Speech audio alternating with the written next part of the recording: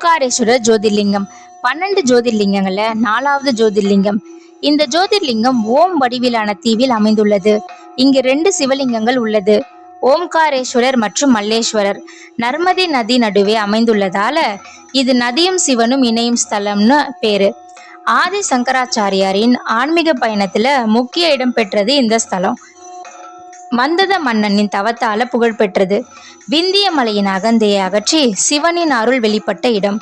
இது ஒரு கோவிலின் கதை மட்டும் இல்ல, ஓம் என்னும் பிரபஞ்சநாதத்தின் வடிவம் இடம்பெற்ற ஸ்தலம். மத்திய பிரதேசத்துல நர்மதை நதி நடுவே அமைந்துள்ளது மந்தத தீவு. மேலிருந்து பார்த்தால் ஓம் வடிவை போல தோன்றும். இந்த தீவுல தான் ஓம்காரேஸ்வரர் ஜோதிர்லிங்கம் அமைந்துள்ளது.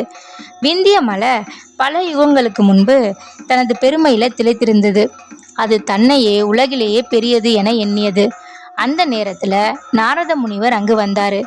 விந்திய மலையை பார்த்து மேருமலையின் மகிமை உன்னை விட பெருசுன்னு சொன்னாரு. அந்த வார்த்தை விந்திய மலையின் அகந்தையை தூண்டியது. நான் மேருவை விட உயரமாக வேண்டும் என்று முடிவு செய்தது விந்திய மலை. அதற்காக சிவபெருமானை நோக்கி தவம் இருந்தது. நர்மத நதிக்கரையில மண்ணை கொண்டு ஒரு சிவலிங்கத்தை உருவாக்கி ஆயிரக்கணக்கான ஆண்டுகள் கடுமையான தவம் செஞ்சது விந்தியமலை. அந்த தவத்தின் சக்தி தேவலோகத்தையும் தாக்கியது. தேவர்கள் சிவபெருமானிடம் முறையிட்டாங்க. இறுதியில சிவன் அளவிட முடியாத ஜோதி வடிவமா தோன்றினாரு. விந்தியமலை தாழ்மையுடன் வணங்கி வரம் கேட்டது. சிவன் அருள் அளித்தாரு. சிவன் விந்தியமலையிடம் சொன்னாரு, உயரம் என்பது உடலால் அல்ல, தாழ்மையால தான்னு. அந்த ஜோதியே அங்கு நிலைத்தது. அதுவே ஓம்காரேஸ்வரர் ஜோதிர்லிங்கமாக மாறியது. விந்தியமலை உருவாக்கிய மண்லிங்கமும் தெய்வீக சக்தியால பிரகாசி. அதுவே மல்லேஸ்வரர். இந்த தலம் 2 முக்கிய தரிசனங்களை கொண்டது. ஒன்று தீவில் உள்ள ஓம்காரேஸ்வரர், மற்றொன்று கரையில் உள்ள மல்லேஸ்வரர். இரண்டையும் தரிசிப்பதுதான் பூரண பலன்னு நம்பப்படுது. நர்மத நதி ஒரு சாதாரண நதி இல்ல.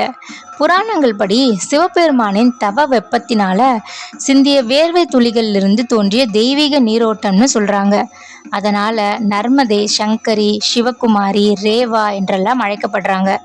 ரேவானா துள்ளி தாவுவதுன்னு பொருள். இந்தியாவில் பெரும்பாலான நதிகள் கிழக்கு நோக்கி தான் பாயும். ஆனா நர்மத நதி மேற்கு நோக்கி பாயறது தான் அதோட தனி சிறப்பு. ஒரு பழமொழி உண்டு, கங்கையில நீராடினா பாவம் கழியும், யமுனையை தொட்டா புண்ணியம் கிடைக்கும், ஆனா நர்மதைய பார்த்தாலே மோட்சம். நர்மத கரையில கிடைக்கும் இயற்கை சிவலிங்க வடிவ கற்கள் பானலிங்கம்னு அழைக்கப்படுது. பானலிங்கங்கள் மிகவும் புனிதத்தன்மையானவை. பலர் இவற்றை வீட்டுல பூஜை செய்யறாங்க. மந்ததா மன்னனின் கதையும் ஜோதிர்லிங்கத்தோட தொடர்புடையதுதான். யுவனேஸ்வ மன்னனுக்கு வாரிசு இல்ல. ஒரு யாகத்தின் போது ராணி குடிக்க வேண்டிய புனித நீரை யுவனேஸ்வா தவறுதலாக குடிச்சாரு. அதன் விளைவாக யுவனேஸ்வ மன்னன் கர்ப்பமானாரு. அவரது உடல்ல பக்கவாட்டுல இருந்து ஒரு குழந்தை பிறந்தது. அந்த குழந்தைக்கு தாய்ப்பால் கிடைக்கல. அப்போ இந்திரன் வந்து தனது விரலை கொடுத்து மம் ததா, அதாவது எண்ணெய் பருகட்டும் என்றார். அதனாலதான் அந்த குழந்தை மந்ததான்னு அழைக்கப்படுது. மந்ததா வளர்ந்து பெரிய சக்கரவர்த்தி ஆனாரு. அவர் அரசாட்சியும் புகழும் நிலையற்றதுன்னு என எண்ணி நர்மத கரைக்கு வந்து தவம் செஞ்சாரு. அவர் தவம் செஞ்ச இடமே மந்ததா தீவுன்னு அழைக்கப்படுது. இந்த தீவுல தான் ஓங்காரேஸ்வரர் கோவில் உள்ளது. ஆதி சங்கராச்சாரியாரின் இளம் வயதுல தனது குருவை தேடி இங்கு வந்தாராம்.